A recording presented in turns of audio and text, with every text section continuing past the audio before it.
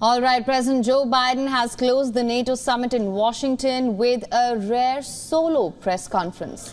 Well, of course, the event comes as the Democrat president is looking to defend against continuous calls for him to step aside following a flop debate performance against his rival Donald Trump. Now addressing the intense scrutiny over his mental fitness to serve another term, the 81-year-old US president called himself the most qualified to run for president. In the very statement, he stumbled and went on to call Republican frontrunner Donald Trump his vice president instead of Kamala Harris. I wouldn't have picked Vice President Trump to be vice president, but I think she was not qualified to be president. So let's start there. Number one, the fact is that the consideration is that I think I'm the most qualified person to run for president. I beat him once, and I will beat him again. He also claimed that neurological tests have proven more than once that he is in good shape. The president revealed that he has had 3 such tests, with the most recent one being done in February this year. The president, in his unscripted news conference, also announced a new NATO support plan for Ukraine. However, right after announcing it, President Biden referred to Ukrainian President Volodymyr Zelensky as President Putin. And now I want to hand it over to the president of Ukraine, who has as much courage as he has determination. Ladies and gentlemen, President Putin. President Putin. You can beat President Putin. President Zelensky. I'm so focused on beating Putin. President Biden also added that he has, quote-unquote, no good reason to talk to the Russian President Vladimir Putin anytime soon, claiming that Putin is not ready to accommodate any change in behavior. While the slip was being watched closely by the president's critics, various world leaders came out in his support as well, while saying that anyone can have slips during speeches.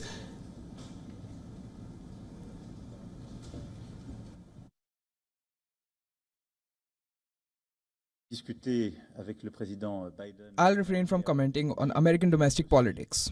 We all slip up sometimes. It has happened to me, and it could happen again tomorrow.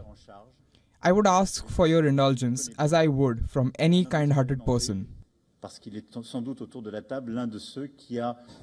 We've been through 2 days of this council and come to a very good outcome. He's led through all of that, spoken in every session, pulled people together, and we got a good outcome, and I think he should be given credit for that.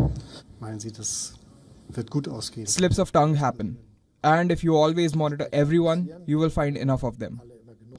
But this does not change a single thing of what the US president stated very clearly in his speech. He made very clear what we all do with our security partnerships, which we in a way put into a common framework in order to guarantee Ukraine's security and to give it the chance to defend itself against Russia's aggression.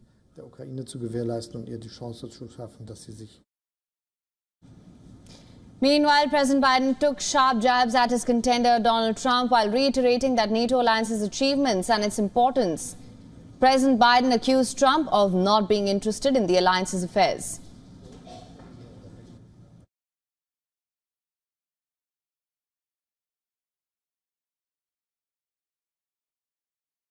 He's made it clear that he would feel no obligation to honor Article 5.